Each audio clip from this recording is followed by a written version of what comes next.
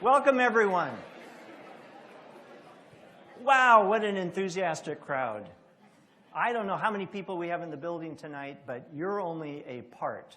They're all through the building and overflow and in the theater. Thank you so much for coming. I'm Jim Carrington, CEO and president of the Danforth Plant Science Center. Thank you for coming and being a critical, integral, participatory part of the third edition of Big Ideas, which is backed by popular demand. The first two, in 2017 and 2019, were among the highest rated conversations programs that we've ever had here at the Danforth Center. In fact, to my knowledge, they were the two top rated since we've been measuring over the past 10 years or so. And I have a good feeling about tonight. For the past 11 weeks, 9 young Danforth Center scientists working in 3 teams of 3 have been honing a big idea. One that, if implemented and with sufficient resources, would impact hundreds of thousands or millions of people. Ideas that address real challenges affecting real people, real families, and real communities. Ideas that would truly deliver on our mission to improve the human condition through plant science. The teams built ideas based on work they were already doing. They had a little bit of a head start. These are experts in the fields and in the areas that they're going to be talking about. But they were asked to expand their vision about what their work could be and the impact it could have. And each team committed to convey their big idea to you, an audience that comes through the door largely lacking the detailed scientific understanding and knowledge that they have in their area, their confusing vocabulary, and their unique motivation and excitement for what they're doing. Oh, and they also agreed to do this in the form of a competition where you, the audience, gets to select the big idea and presentation that is most creative, most inspiring, and most audience connecting. This was a tall order that each team member has been devoting time and collaborative energy for 11 weeks since June 15th. We're honored that you've joined us tonight to experience the very best of the Danforth Center. Now, to kick off Big Ideas 3.0, please join me in welcoming our Master of Ceremonies, our very good friend, Chip Lerwick. Thank you, Jim. Good evening, everyone, and welcome to Big Ideas. As Jim had said, this is the third iteration. So for anyone who had been to either one of the first two, you know what you're in for. It's going to be a treat. But for those that have not, this is one of the most special and unique nights for the Danforth Center. These teams, as Jim had said, they're made up of scientists here. These are postdoctoral scientists, are graduate students, the research associates that are working on teams, and they get to shine tonight with a big idea. These are ideas they've been working on, as Jim had said, to solve for a big challenge in plant science or agriculture, and they're going to challenge you all to make that decision, as Jim had said. But first, they're going to start with working with a challenge to the panel to engage with a panel that's going to be seated in just a moment, and that panel has never heard these ideas before, and they're going to help you, the audience, by asking questions, engaging in dialogue with each of the teams after their presentation. And that will help you understand which idea is it that you feel like is worthy of your vote. And as Jim said, this is a competition, and you all are the ones voting. So what we're going to do at this moment, because this is a vote, you've all been handed a clicker. And on the screen is some instructions that are going to be put up. We need to have you test, and this is only for those of you that are here in this auditorium or the Langenberg Theater. For those of you online, you'll have a survey that will be served up during the vote. But we'd like to have you test, and what we're going to do is divide this group into essentially 3 groups, and we're going to have you vote with a 1 if your last name is between A and H. You vote 2 if your last name is between I and Q, and 3 with a name between R and Z. You can just put that in at any time now. Just want to make sure the equipment's working because we want to make sure we've got a good vote at the point that we need it. So everyone, thank you for that. I think we should be good with our test. Okay. With that, we'll want to begin by introducing our panel. And so I'll start with Marilyn Bush. Marilyn Bush, she's the president of Bank of America, St. Louis. Dr. Benjamin Akande.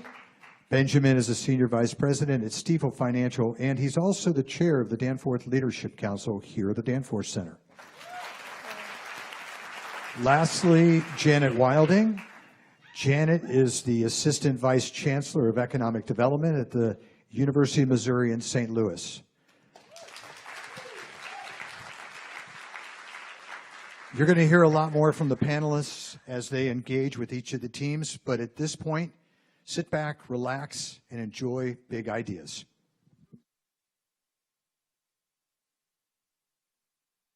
Each year, 40 billion tons of greenhouse gases are emitted primarily from burning fossil fuels.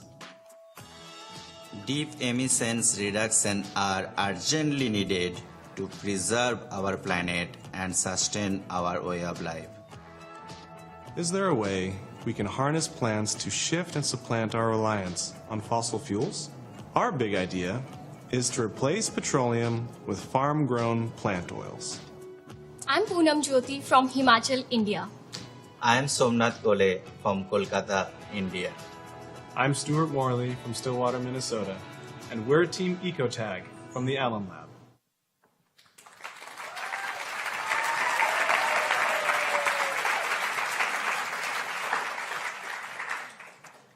If you drove 3 miles, not very far, you used about this much gas to get here. But even if you drove an electric car, you still use this much gas equivalent. We all share a problem. No matter how eco-conscious we are still reliant on fossil fuels. And we know this is bad because burning fossil fuels adds carbon to the atmosphere, contributing to climate change and making the planet hotter. Year after year, we experience the effects of climate change. We have observed prolonged and more violent wildfires, extreme floods, and severe storms. Most of the world has recognized this problem and committed to reduce emissions to avoid a 2-degree rise in global temperature by the end of this century. To achieve this, we need to reduce our emissions by 20% by 2030 and 50% by 2040. But we can do this right now. And we've had the technology for hundreds of years. Ladies and gentlemen, let's give it up for bikes.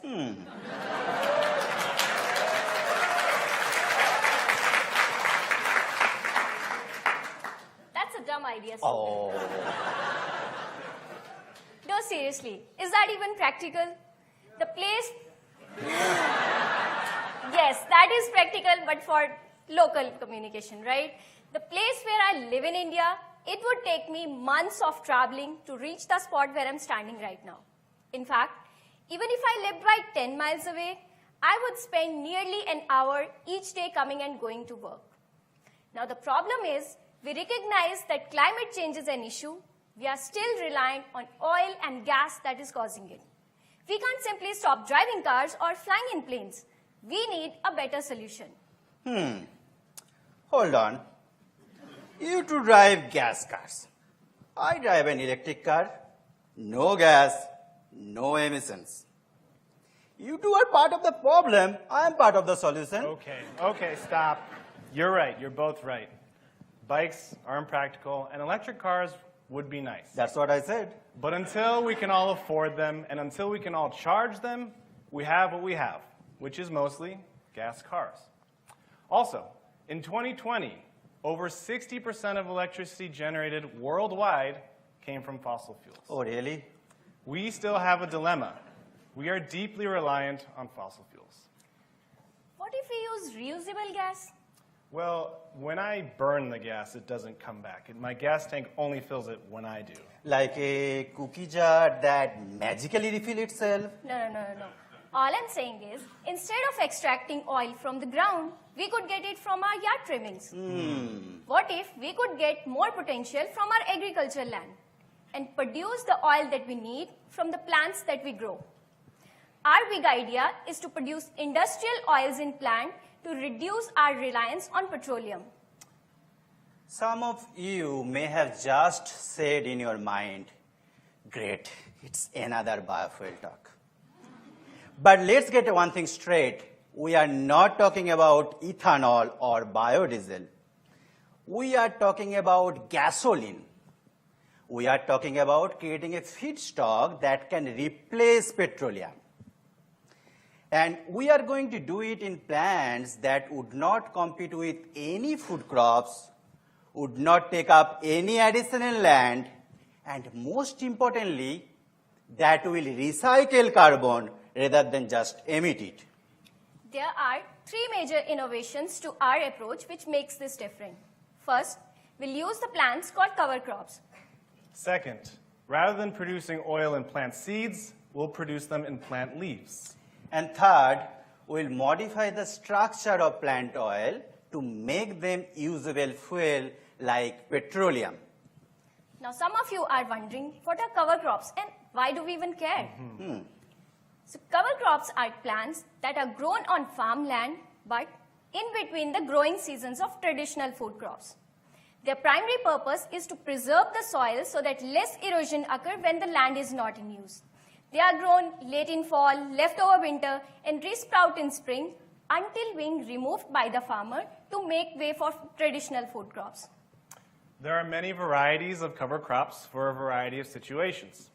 For example, cereal rye is often planted before corn to maintain soil integrity and suppress weeds. Clovers can add nitrogen to the soil, and canola is a cover crop that produces an oily seed. Our strategy is to use advanced breeding technique to create cover crops that can produce high levels of oil. As you all know, the land we have on Earth is finite, not unlimited. By using cover crop, we can use the same land that used for the food production, but without replacing actual food crops. This differs from traditional oil production methods, which involves extracting oil as a byproduct of a food crop harvested in the fall. With our approach, we want to add another harvest earlier in the spring so that the land is used more efficiently and we can add valuable income to a farmer's revenue stream. We should acknowledge the fact that using cover crops as oil-producing plants is not a completely new idea. In fact, just down the road, there is a company called CoverCress whose whole business is selling cover crops which produce oil in seeds.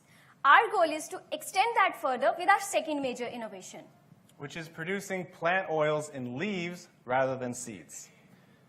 The other day, I went to the grocery store and I bought a bottle of vegetable oil. The ingredient list was very short: soybean oil.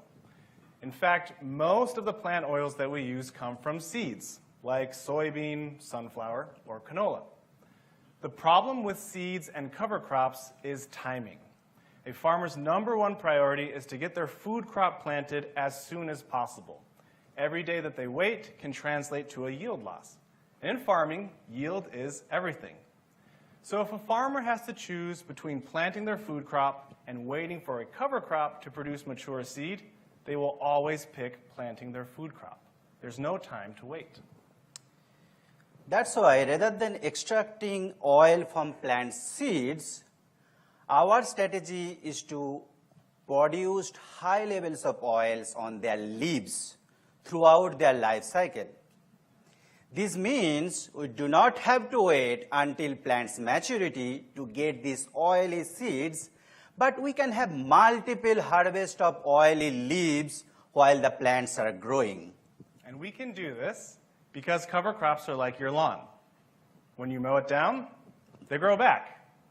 This allows the farmer to control the density of cover crops on their land while still collecting valuable plant matter that is rich in oil. And leaves are always present on the plants, and that too in greater quantities compared to seeds. And this abundance is the key factor to making oil production more sustainable and economical. These successfully engineered cover crops can be grown anywhere, be it your farmland, yard, but the best part is farmers can harvest them whenever they want. They don't need to wait for the seeds. Right now, some of you may have thinking, well, we understand the benefits of high oil production on cover crop leaves. But this is still biodiesel, not gasoline. You may be thinking, we drive a car, not a tractor, and we need eco-friendly gasoline. This brings us to our third and final major innovation, which is modifying plant oil structure. The reason you can't go to the grocery store, take that vegetable oil and chuck it in your gas tank and expect your car to run is because those carbon chains are too long. Now, what do I mean by that? Plant oils exist mostly in the form of something called a triglyceride. Triglycerides are made up of fatty acids, which are made up of carbon chains. These carbon chains are what fuel your vehicle. For example, gasoline has an average carbon chain length of 7 to 10 carbons. Like Stu just mentioned, plant oils are too long, usually 16 to 18 carbon in their chain. Diesel fuel is 15 carbon long, which is why most of you hear about the use of plant oil as biodiesel all the time. But the gasoline engine needs shorter chain oil, usually 7 to 10 carbon in their chain. Therefore, our strategy is to produce this shorter chain oil on cover crop leaves, and we will call them EcoTag oil. EcoTag oil will be designed to work with the system we have right now, like cars, planes, and power plants. And although EcoTag oils will function like traditional fossil fuels, the resulting emissions will be greatly reduced because they're coming from plants or cover crops. Because EcoTag oils will be plant-based, each year that we plant and harvest our cover crops, the carbon will be actively recycled rather than permanently emitted. And to do this, we'll use a plant many of you are probably aware of. Coconut. What's so special about coconut, Poonam? So coconut has the ability to produce oils which are rich in medium chain fatty acids. Now what does that mean? The average chain length of soybean oil is 18 carbons, but the average chain length in coconut oil is 12 carbons. And these 12 carbons are much closer to the usable fuel or gas. Our strategy is to harness those genes from coconut, apply them in cover crop, and produce the oil of desired chain length. This oil can act as a substitute for petroleum. One more thing, you can use that oil in your car as well. We did it. We solved it. But hold on. We can lie. Words are cheap. We can say whatever we want up here. Is this actually possible? And we are closer than you may think. In a variety called Nicotiana, scientists were able to develop a plant that had high oil, over 30% by mass. We want to take this technology and apply it to a variety of cover crops to achieve similar levels of oil. And with this rate, which Stu has mentioned, if we grow EcoTag on all the farmland available in the United States, you won't believe, we can produce more than enough fuel to power all the cars of states. Wow.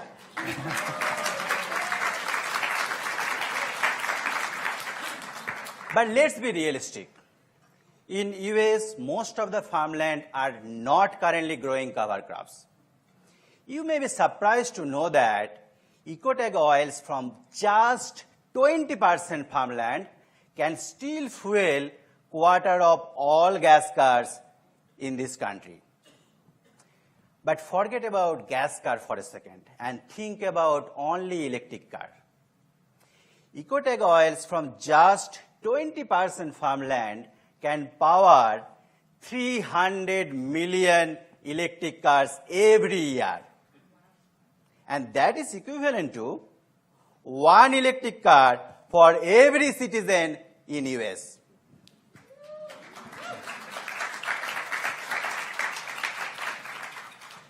And we haven't even mentioned about the reduction in carbon emission. In 2022, United States produced 1 billion ton of carbon emission just by driving. With EcoTag, not only we can reduce this large chunk of carbon emission, we can also fulfill the fuel demands. With our big idea, we can create a future where sustainable gas meets our needs without harming our precious environment. We don't have a lot of time to figure this out, so let's embrace this opportunity to create a brighter and cleaner tomorrow. Thank you for joining us.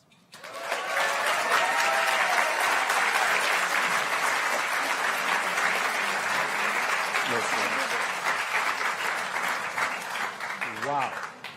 I am totally blown away by this presentation. And let me tell you why.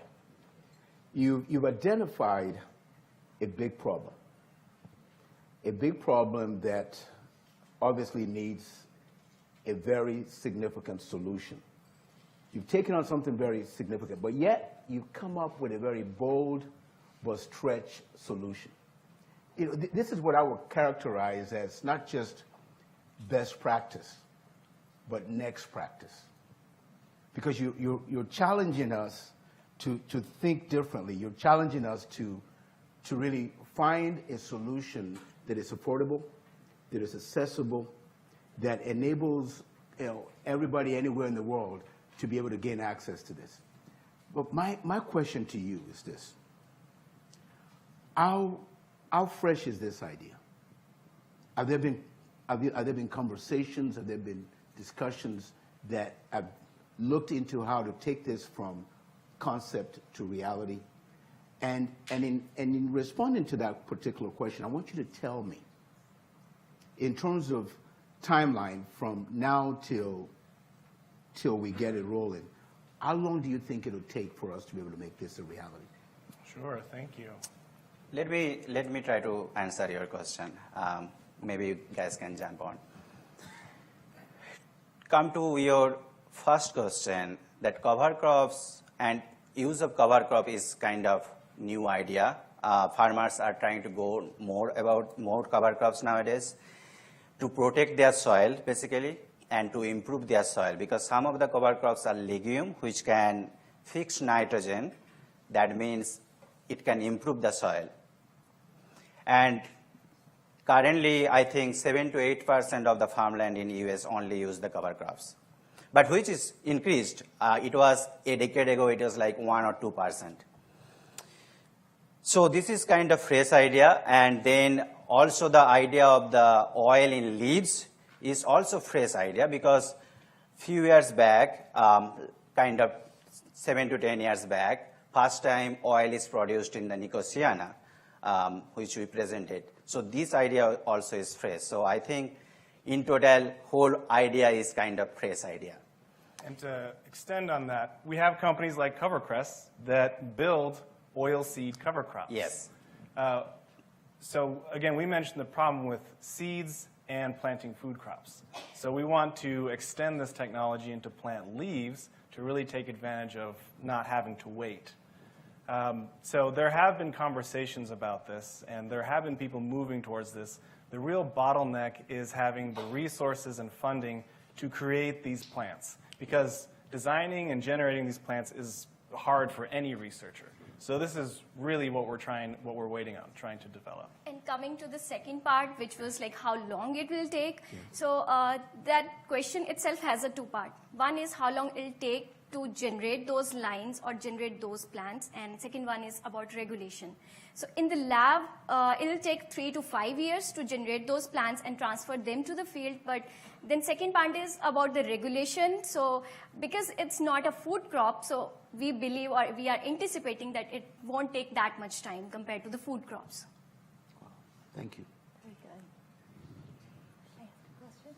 Yeah, one thing I'm very impressed with is a lot of the ag tech technology doesn't bring the farmer into it or think about their bottom line. So I want to congratulate you for thinking about the farmer and also making sure that they have an additional revenue stream for their farms. I think that makes it more feasible.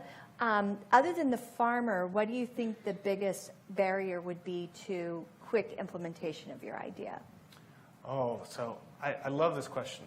I've always believed if you can make a solution that also makes you money, barriers will evaporate. If a farmer can find out that they can make money off of this, they will jump to it. And they won't need to rely on grants or goodwill gestures from governments. So I really think that if we can get this to work and if we can show it, that it will quickly take root everywhere. Yeah, That's a pun. Okay, go ahead. You're done. So I was reading an article why U.S. farmer doesn't grow so much of cover crops, because according to them it's kind of waste of labor because they need to do the seeding. Although they doesn't need to do a lot of fertilizers and pesticide, low maintenance crop these things are, but they still need to do the seeding and then they still need to do the harvesting. But when farmers will know that they can earn like $400 to $500 per acre, and if an average farmer has 400 acres of land, they are going to do it. Well, I want to thank you guys. Wonderful concept. You've challenged us to find a solution that is lasting, and you have to be congratulated for that. Well done, and thank you for that. Let's hear it for Team EcoTag. Well done. Just a quick reminder for everybody before we begin our next presentation to please silence cell phones out of respect for each of the teams. Thank you very much.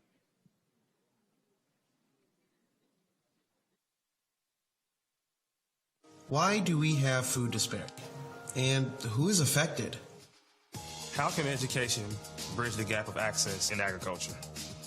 Isn't it time to rethink how the needs for food in underserved and disenfranchised communities are met? Our big idea is to relieve food disparity by creating a network of living laboratories to focus on local community needs. My name is Zach Stafford, and I'm from Belleville, Illinois. My name is Curly Taylor, and I'm from St. Louis, Missouri. My name is Antonio Brazelton, and I'm from Huntsville, Alabama. We are Team Watley from the JJK Fan.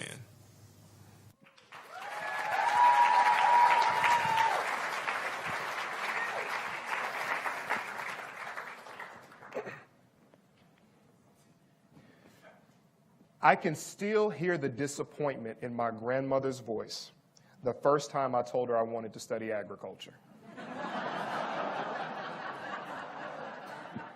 You mean like farming? We tried that before, baby. Are you sure you don't want to be a doctor or an engineer? See, my grandmother grew up sharecropping with her family during the late 1940s. She was certainly no stranger to agriculture or the plight of black farmers in the Jim Crow South. Although I didn't fully understand her words at the time, today I think she was trying to expose me to a broader truth about the complexities of the science I've grown to love. As Danforth community members, we exist in two worlds. In one world, we work among the nation's foremost experts in plant science to create solutions that will revolutionize the global food system. From Wi-Fi-enabled harvesting equipment to precision gene editing, we witness the power of next-generation agriculture daily. This is in stark contrast to the world we re-enter on our commute home. In this world, the realities of food apartheid, urban blight, and nutritional health disparity grow more and more prevalent with each passing city block.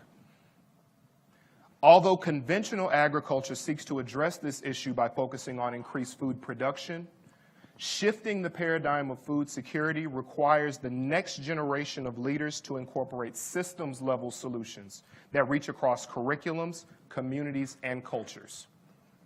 Our big idea is to relieve food disparity by creating a network of living laboratories, hubs where agriculture influences education, research, community development, all across the world. Centers that are filled with classrooms and laboratories and all the... Wait. You were doing good. Were you listening to anything I just said? I was next to you. He couldn't have been listening. We don't need more laboratories. St. Louis has the most plant science PhDs per capita, and they all work in laboratories on this kind of thing. They're calling it 39 North or something like that. No, these are living laboratories, and these are probably different than the traditional laboratories that you and probably the audience are thinking of. Okay. Living laboratories are user-friendly, open innovation ecosystems that focus on the co-creation of beliefs of everybody that can co-create around them. A place where students and educators, community organizers, artists, chefs, everybody can come together and come to systematically involve to the development of new solutions to meet their community needs. You know, he is right. This kind of work is primarily done in silos, with very little reach from outside of the communities that they're in. Our centers will have greenhouses, community gardens, test kitchens, labs for research, storage facilities, and other pertinent needs to that community. Our centers are committed to 3 important pillars: community autonomy, education, and food justice. Our first pillar is community autonomy. You know, this is the idea that community members should be intricately involved in the decisions that impact how their lives operate on a day-to-day basis. But due to social factors and systemic policies, marginalized communities have had to manage and work with the minimal resources to make ends meet. Now more than ever, it is imperative that we give people agency over the spaces in which they live, work, and grow. We believe in working with culturally competent leaders, doers that believe in changing the perception of agriculture as it pertains to marginalized communities. And I gotta say, guys, I've been thinking. Okay, this should be good. Are you ready for it? I think we should name our centers after Booker T. Watley. Booker T. Washington. He obviously means Booker T. That's Washington. what he's thinking. No, man, no. Booker T. Watley. Washington. Who is Booker T. Watley? We got no idea. This guy. Booker T. Watley was a professor, horticulturalist, author, and pioneer of current sustainable agricultural practices. Continuing the work of the great George Washington Carver at Tuskegee University, Dr. Watley introduced farming practices that allow smallholding farmers with limited resources to make the most of their farm. In his famous book, How to Make $100,000 Farming 25 Acres, Dr. Watley explores efficient farm practices that minimize unnecessary costs while maximizing income, all through smart crop selection with community engagement. I like that. Dr. Watley's work underscores the importance of what community autonomy looks like in marginalized communities. And because of Dr. Watley's efforts, community-supported agriculture has become a staple when galvanizing communities through agriculture and education. With our centers, we can build off the legacy of Dr. Watley while ensuring community engagement and community input as the top priority. Our centers will prioritize community autonomy through the development of strategic partnerships, targeted education plans, and democratized research practices. We will equip these communities with the tools to reclaim the virtues that Dr. Watley practiced. We're actually seeing some of this work being done in East St. Louis at the Jackie Joyner Kersee Food, Agriculture, and Nutrition Innovation Center. Yeah. Good place. Thank you. It's a good place. I like that place. Good place to work. But what if we could take a similar model as the JJK and amplify it to meet the needs of any community across the country, even the world? Building relationships with entities such as nonprofits, schools, universities, community centers, business leaders, farmers. We can create a group of mission-driven players that are dedicated to creating a vibrant ag ecosystem. Our mission is to meet people where they are and to give them the tools to reclaim the virtues that Dr. Watley practiced through the development of our Watley Centers. Okay. I'm really happy that you brought education into the talking because our second pillar is education. And to accomplish with education, we need to recognize that states like Missouri and Illinois, students' test scores are dropping rapidly in math and science. In our bi-state area alone, despite agriculture being the fastest growing sector, Missouri and Illinois has almost seen a 10-point percentage drop in students who meet the basic standards in STEM. So, how do we prepare the students for the next fastest growing sector? Well, engaging students as early as possible is important for students to learn what exactly is in their arsenal. In education, we have a saying, students don't know what they don't know. And as educators, we're really slow to respond. It's up to us to find new and exciting ways to mold the future leaders of America. But there are some barriers and some challenges. This is Jordan. And Jordan is a great student with strong ambitions to succeed. But unfortunately, living laboratories just do not exist in his community yet.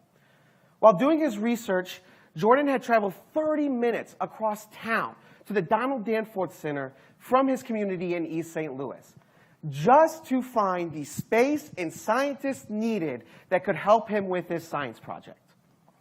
Luckily, Jordan was able to connect with Andrea Evans' lab here right at Danforth Plant Science Center, and Jordan's research focused on the role of leaf architecture in the implementation of crop production in corn. And he's only a sophomore. This experience has led to multiple competitions across the Midwest where he actually won the best paper session in the Illinois Junior Academy of State Science in Illinois. Yeah. That's impressive. That's impressive. Yeah. That means that his presentation, despite his circumstances, was one of the most 20 top presentations in the state of Illinois. Wow.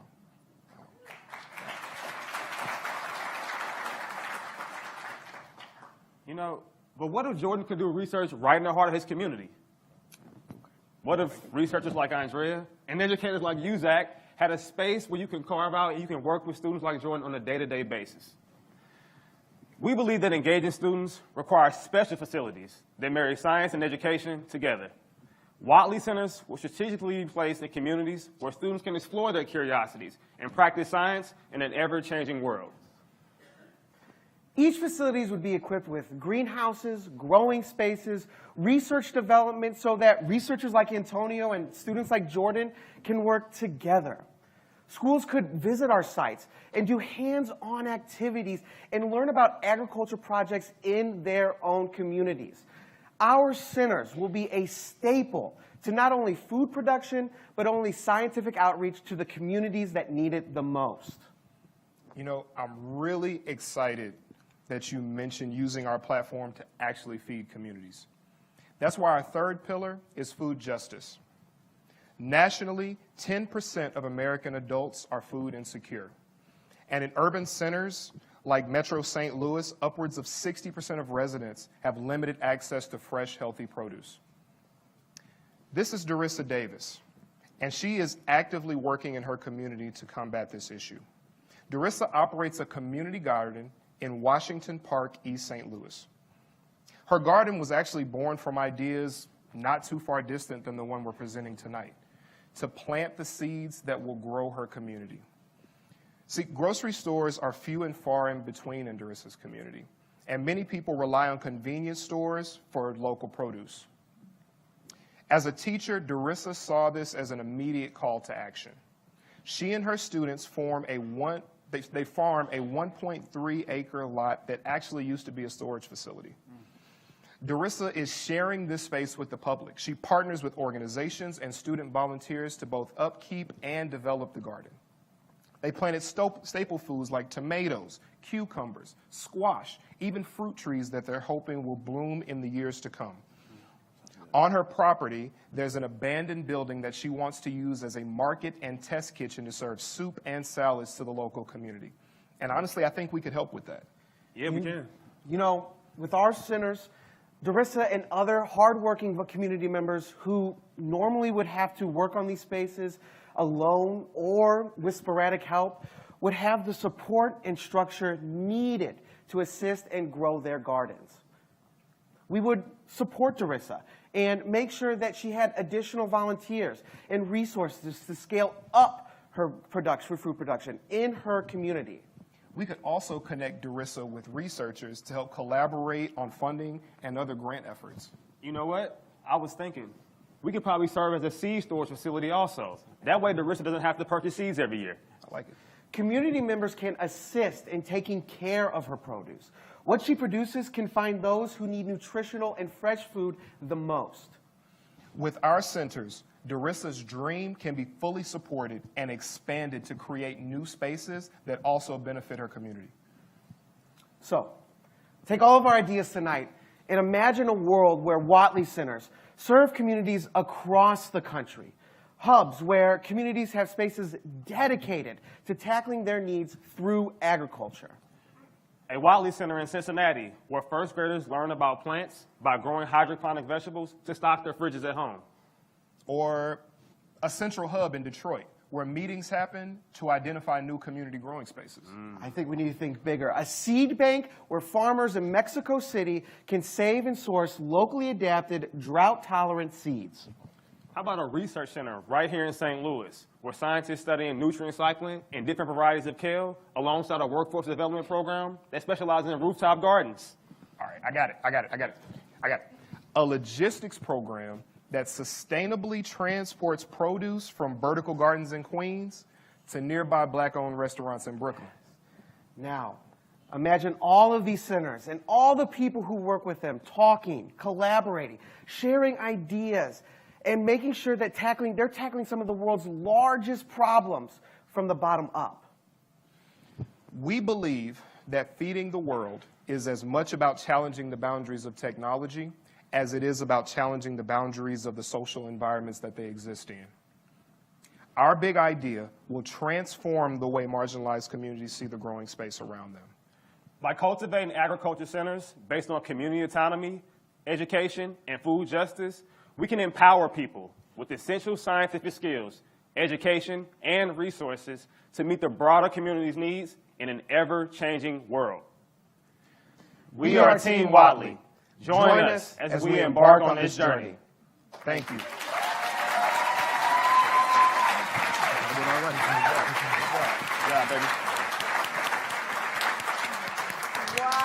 Wow, nicely done, nicely done. I think, it's so important that you all have really, looked into these marginalized communities and saying, how can we bring the whole community together to solve for this, in a way that, that combines kind of the education and the food justice, the agricultural opportunities that are here.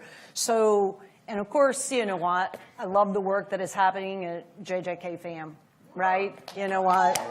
So talk a little bit, take me, because some of this work is happening there, right? And so take us through how the work that you're doing today and how we really bring this to life.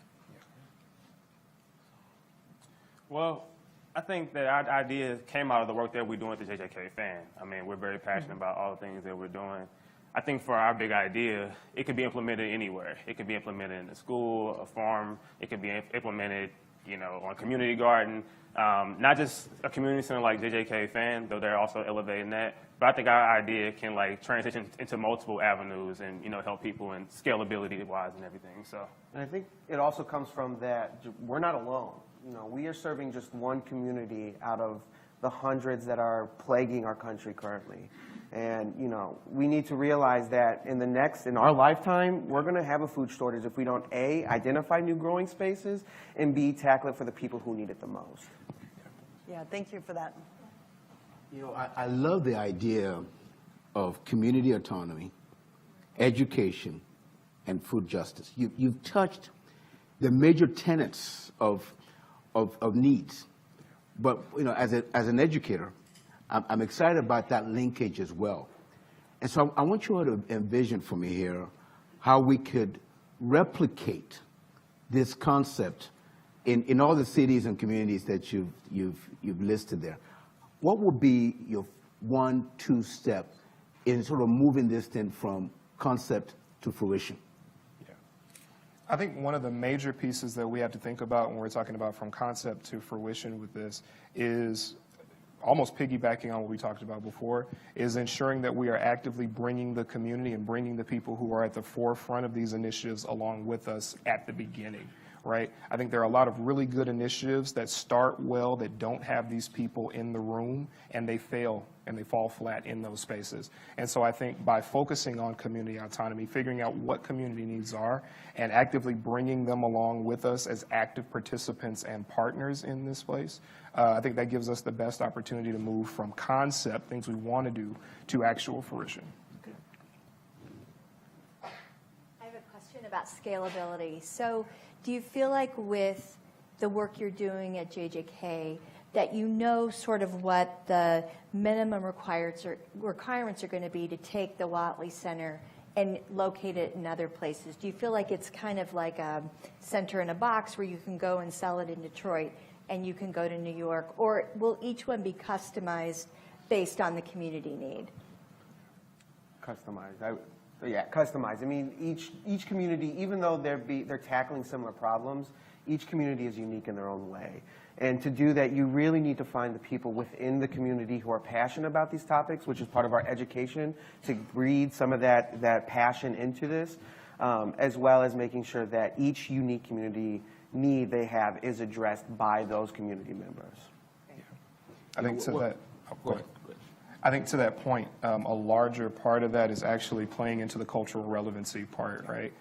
Each of these communities is different. Each of the community growing spaces is different. And where we see a lot of the disconnect between agricultural innovation and food access, food disparity is, I think, some of that cultural connection, right? Are we growing and creating a market that is relevant to the people that we're looking to be involved with? And so I think with this concept, we're building it together, and that gives us an opportunity to be scalable and address specific needs.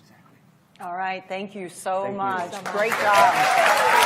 Let's hear it for Team Watley. Well done.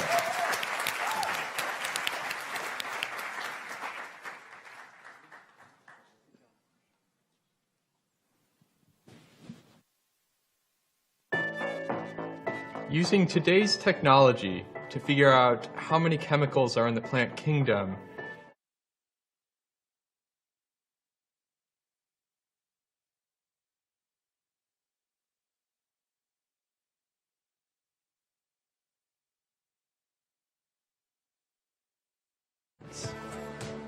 Could discovery and understanding of all plant compounds be the key to unlocking a future of more sustainable agriculture? Our big idea is to develop a new generation of tools to reveal the vast universe of plant compounds that can be harnessed to improve the human condition. I'm Lewis Connolly from Springfield, Illinois. I'm Alan Hubbard from Newtown, Connecticut. I'm Brittany Millman from St. Louis, Missouri, and we're Team Metablify from the Baxter Lab.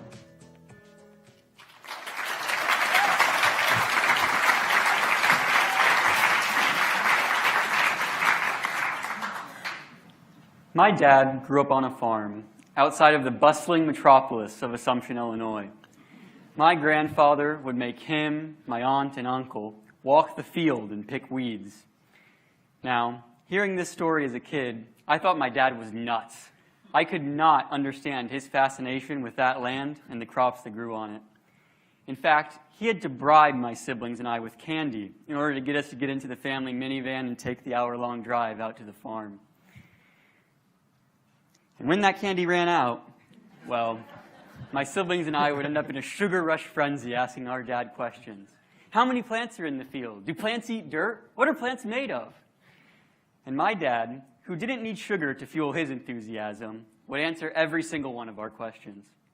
And that dynamic would continue as we walked through the field, with my dad looking for signs of water damage in low spots, corn-boring insects, or tar spot fungus. Today, I find myself asking one of those seemingly simple questions I asked my dad all those years ago. What are plants made of? We first encounter plants when we are young, and they shape our earliest memories. Like a night sky filled with constellations, they are both an introduction to the wonders of the world, but also a gateway to scientific frontiers we don't often appreciate as children, and I think I can prove it. So I'd like to ask a question. Can you please raise your hand if you or anybody you know has been impacted by cancer of any type? I certainly can. My grandpa, my girlfriend's mother, plenty of people that I have known and loved. I saw enough hands to know that we all feel the same way.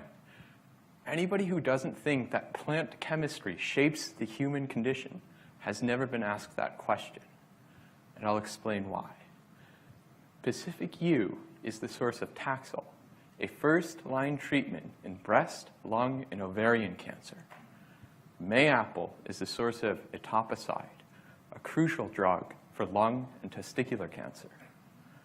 And Madagascar periwinkle is where we get Vincristi, a drug that has helped bring up the survival rate of childhood leukemia from 10% to 90%, an absolutely incredible statistic. 40% of the pharmaceuticals we use today are derived from plant chemicals we call metabolites. Now, these are not only used to treat cancer, but also pain management, diabetes, malaria, and many other ailments. However, despite their incredible importance to people, we only know a few metabolites in plants. Experts estimate that there are hundreds of thousands of metabolites across the entire plant kingdom. Yet with our current technology, we can't even detect 10% of them. Imagine if we could detect more. Think of all the new medicines we would have.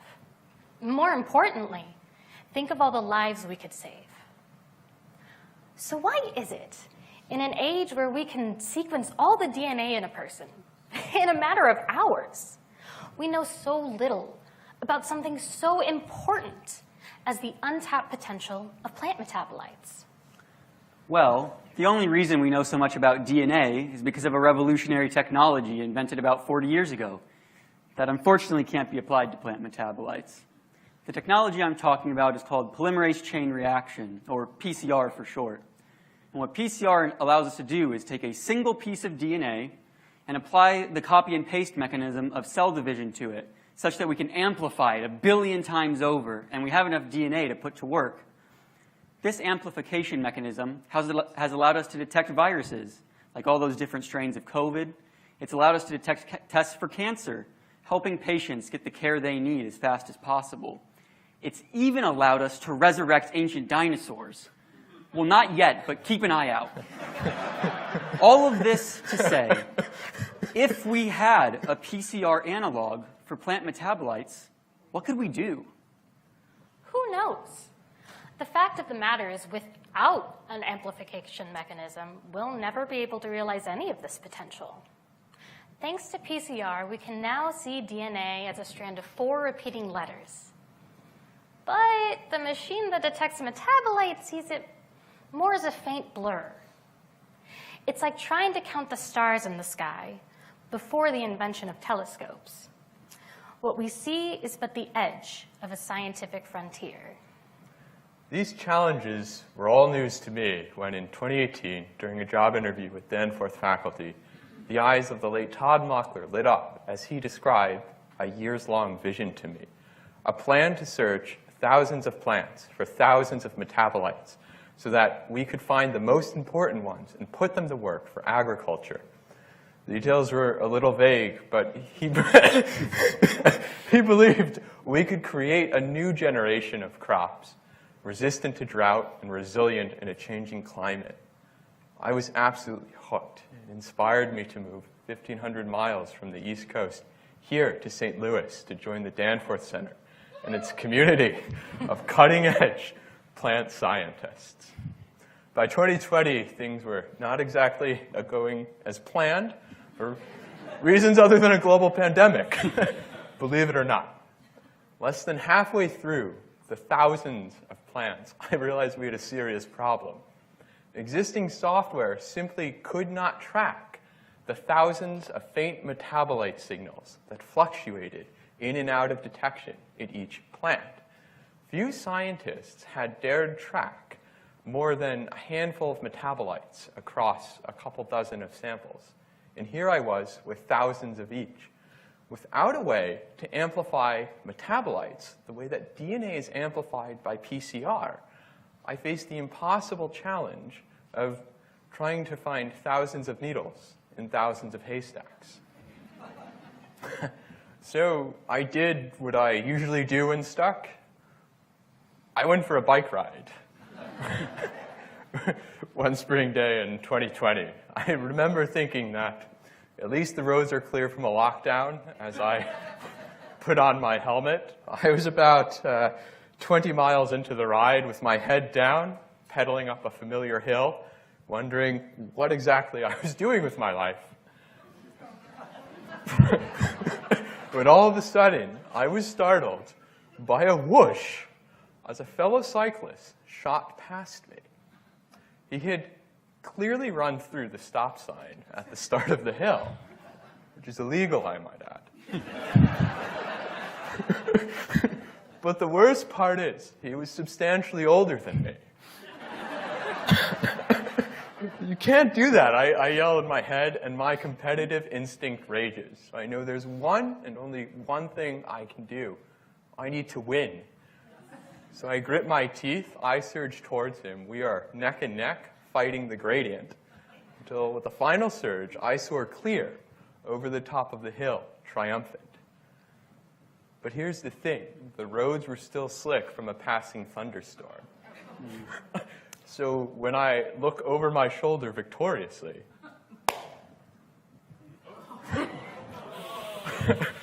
I go head over handlebars. Several hours later, thanks to a good Samaritan in urgent care, I find myself back home, strung out in between doses of Vicodin as my broken elbow swells agonizingly against the splint. Trying to stay optimistic, I return to the problem from before the bike ride, when my life was easier.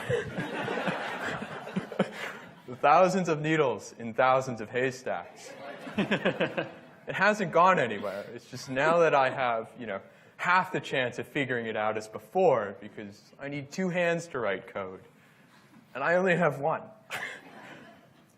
Everybody else's algorithms had tried to find faster ways to sift the millions of haystacks, but these missed a lot of the needles, and they required thousands of lines of code, and there was no way I could attempt something like that in my current state. I needed a different way to look at the problem, something simpler to turn the problem around so that I could make some progress now. And it hit me. Not the pavement this time, but a big idea. It was true that there were thousands of pieces of hay for each needle, but they were microscopic and random. They were random enough that if you were to zoom in each haystack individually, you would see that no 2 haystacks had a piece of hay in exactly the same place. But the needles, just as microscopic, would always be in the same place. This meant that, paradoxically at first, if I added together all of my haystacks, I got more needles. It didn't matter if I couldn't physically amplify metabolites. I could do it using statistics instead. All of a sudden, the problem transformed. There were 1,000-fold fewer haystacks. The needles were much larger, and I could start attacking it with 1 hand. Fast forward a few weeks, and that's where I come in. I was an intern starting at the Danforth Center in the Baxter Lab, when one day, Alan asked if he could talk through something with me. And when we sat down over Zoom, my curiosity was piqued, because I could tell that Alan was visibly excited. And I listened to his presentation, and at the end, I have to admit, I was pretty confused. It seemed to me like Alan had taken data from different samples, overlapped them, and then said, "Amazing, right?" And in a way, it kind of was. It was a solution that was so simple that no one else had ever thought to try it, at least with metabolites. Turns out, there's a similar concept in photography called image stacking. You take multiple photos of the same location and overlay them using software. It increases the signal of the subject, so it's much more clear. We put together some code to execute this strategy in metabolites, and we now call this software Metablify. Now, with the seemingly insurmountable problem of signal amplification out of the way, we could turn our imaginations towards bringing this technology to the rest of the world. In Fortune 500 companies, from America to China, Hundreds of the million-dollar machines used to measure metabolites sit underutilized and often dormant, reserved for small and unambitious studies. Our big idea will build the best-in-class algorithms of Metablify into a cloud-powered software suite that cures analysis paralysis, allowing these machines to be awakened. But Metablify will not just be a data processing platform. It will also be an interactive data exploration and analysis toolkit. With thousands and thousands of metabolites in any given experiment, researchers need a way to hone in on the most important ones. We will help them do this by providing automated plotting and statistical analysis methods. It is our hope that with these tools, researchers will be able to turn their samples into biological insight in a matter of days rather than weeks or months. Freeing up brains that were stuck on the problem of data processing, open to explore the budding potential of plant metabolites. And what could these great researchers do now that they are freed from their analysis paralysis? They could start looking for natural insecticides that come from plant metabolites that are non-toxic, made from plants themselves and not factories. We could find other metabolites that are candidates for textiles, potential applications in construction and clothing. And we could keep finding the metabolites that help plants thrive in a changing climate. We believe Metablify will open up a new era in personalized medicine. New treatments, potentially derived from newly discovered metabolites, will be tailored to a person's individual chemistry for complex diseases from depression to cancer. Ultimately, this is what we want out of Metablify, a tool to tie together plant science and human health in a way that not only increases biological understanding, but also helps save lives. Plant-derived pharmaceuticals are especially important to me, as they helped my dad in his fight against cancer. He still goes out to that family farm, by the way, but ever since his recovery, he uses a drone to do his inspection instead of his children. Sometimes I get to tag along, which is a lot of fun, and not just because of the drone, but because now he is the one who gets to enthusiastically ask me questions about plants. And I get to tell him about a future where we can use Metablify to fuel agricultural and medical advances. I hope you all are as excited as I am about the idea of using plants to help improve all of our lives. Thank you for listening to our big idea, and have a wonderful night.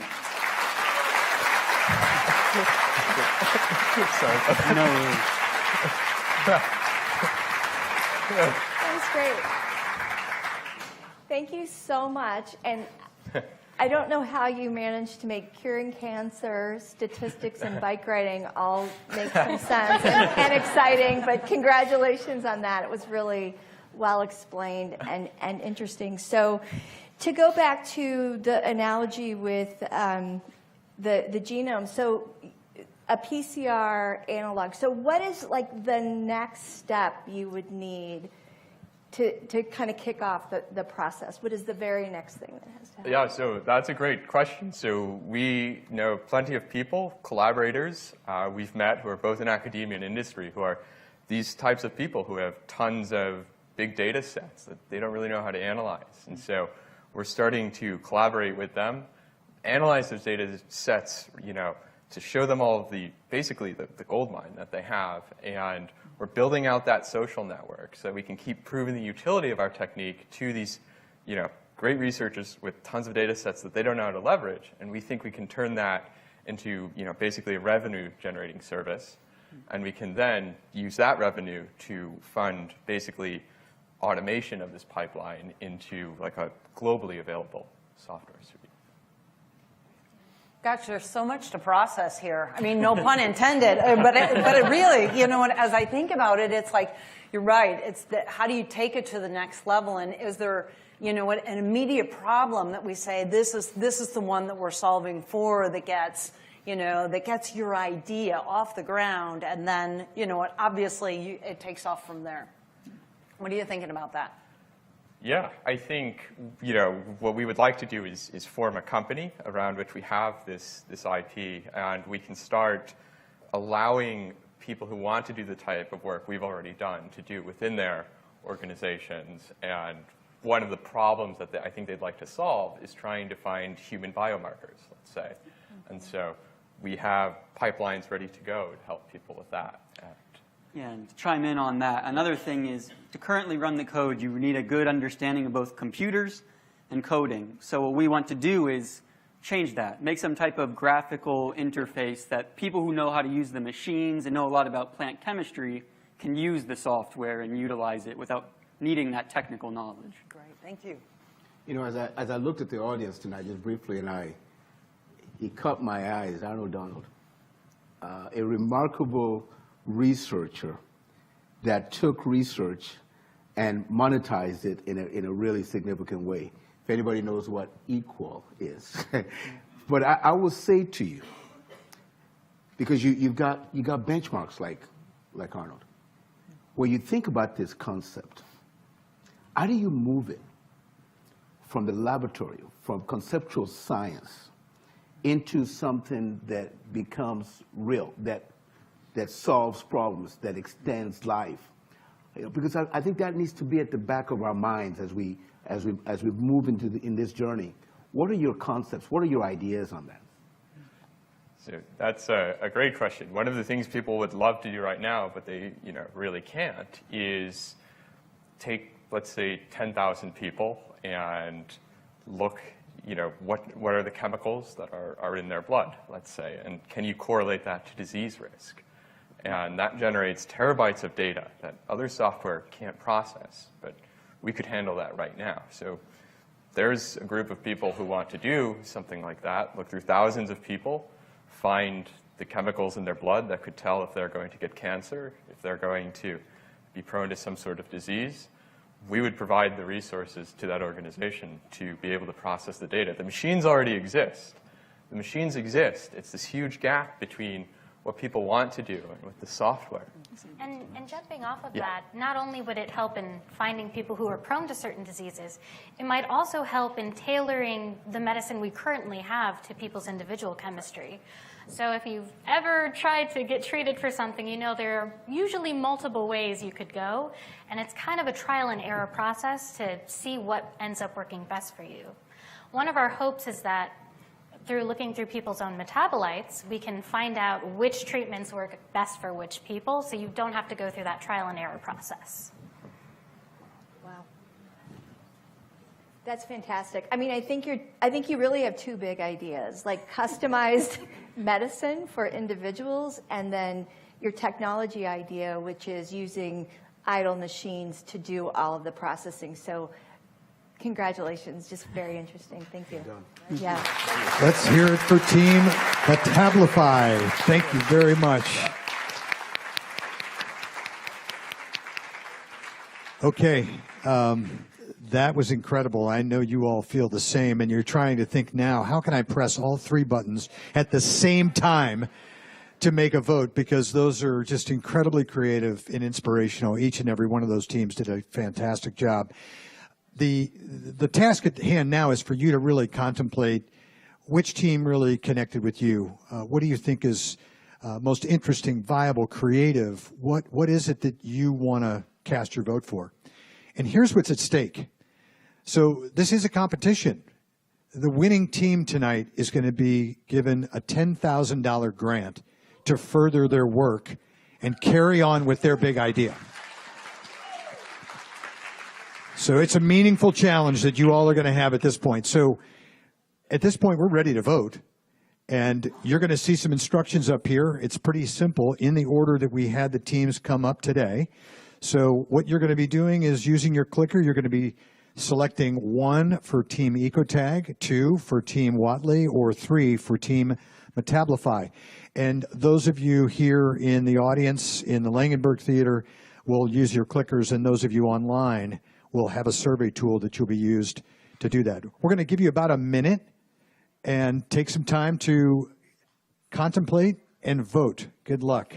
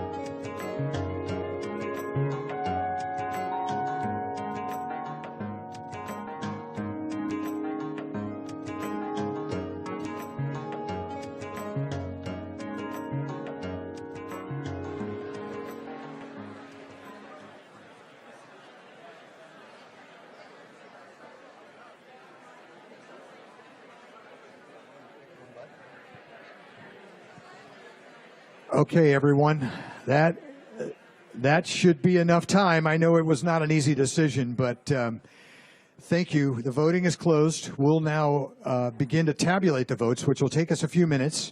And at this time, I would invite Dr. Jim Carrington back to the stage. Jim?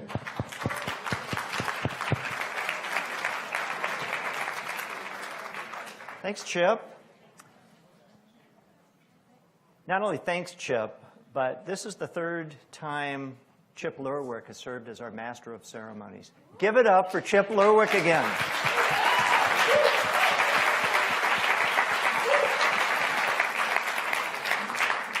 Janet, Benjamin, Marilyn, let's hear it for you. Thank you so much. And thank you all for voting. We forgot to say, vote once. So we hope, in the spirit of fairness, if we end up with 12,000 votes, we're going to have a minor issue. But I trust every single one of you. While the votes are being tallied and retallied and audited by the accounting firm of Price Waterhouse, we take this seriously. I want to use this opportunity, not just to kill time, but to tell you a little bit about what some of the prior Big Ideas presenters actually did with their work. I'll give you 3 examples. In 2019, a team from Allison Miller's group watered a seed that had already been planted in their lab. They didn't invent the whole idea, but they fleshed out a big part of it.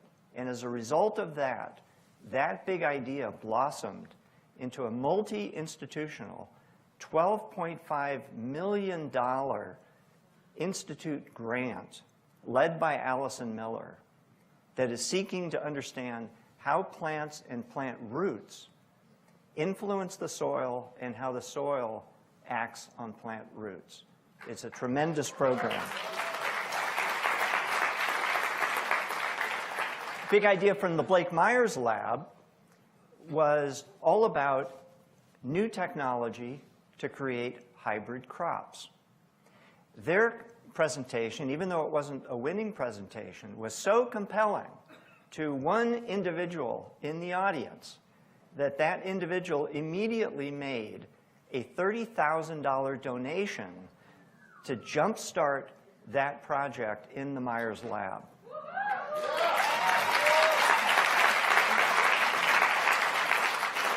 Now, I'm not saying that you have to give a donation of that size if you found these compelling. However, you know how to get in touch with us. And then third, the Keith Slotkin lab, which was the winning team from 2019.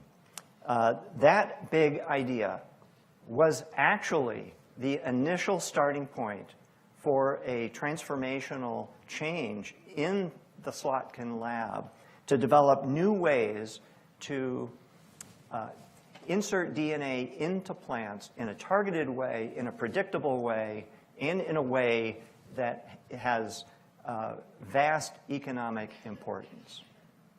That project not only initiated an entirely new line of work in the Slotkin lab, but over the past few years has resulted in $3 million of additional grant funding for that purpose. These big ideas, in so many cases now, really turn into big things happening, ideas turning into reality. Now, I think that the votes have been tallied. Okay.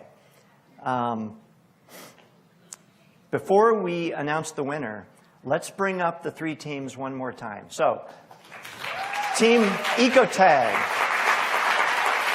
This is Poonam, Somnath, and Stewart.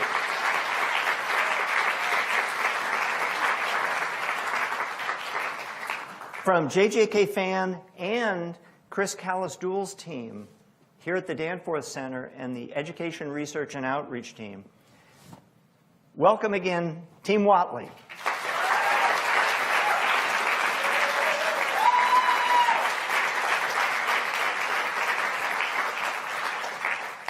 And from the Baxter Lab, give it up for Team Ecotag.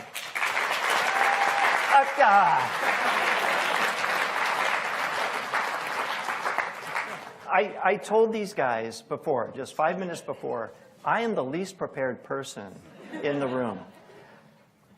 This is Team Metabolify, not Team Ecotag. Team Ecotag down here, I'm so sorry. I am going to turn my back to the crowd and thank every one of you for making me so proud, for so much work, so much creativity, so much innovation in these talks, and so much forward vision for all of your talks. I started when you were still out talking about how this was really the very best of the Danforth Center on display. Thank you for proving me right.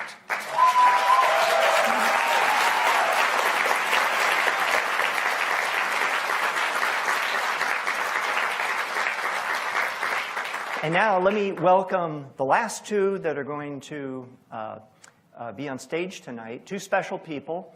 First, Ann Phillips. Ann was a member of the winning 2017 Big Ideas team. Ann is a scientist at one of our local companies called New Leaf Symbiotics, and she was a graduate student from Becky Bart's lab. Also, Kaushik Panda was a member of the 2019 winning team from the Keith Slotkin lab, that project, that team that changed the course of the Slotkin lab. Kaushik is now a scientist down the street, a computational scientist at Bayer. So, Ann, Kaushik, come on up.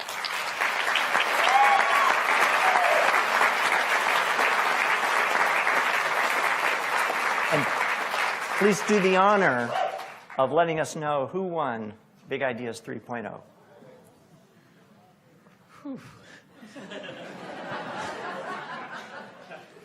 All I can say, Anne, is I am so glad we are not competing this year. You guys were amazing. I completely agree, Kaushik. Each of these teams has been truly inspirational. Thank you all for presenting today. And with that, it is my great honor to present the 2023 Big Ideas winner here at the Danforth Plant Science Center. And the name of the winning team is on this piece of paper. The winner of Big Ideas 3.0 is Team Metabolify from the Baxter Lab. Congratulations.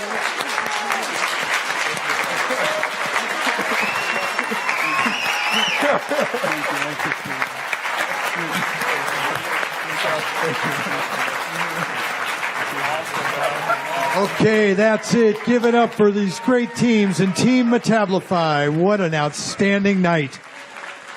Thank you very much for coming out to see Big Ideas 3.0. Enjoy the evening, everyone. Thank you very much.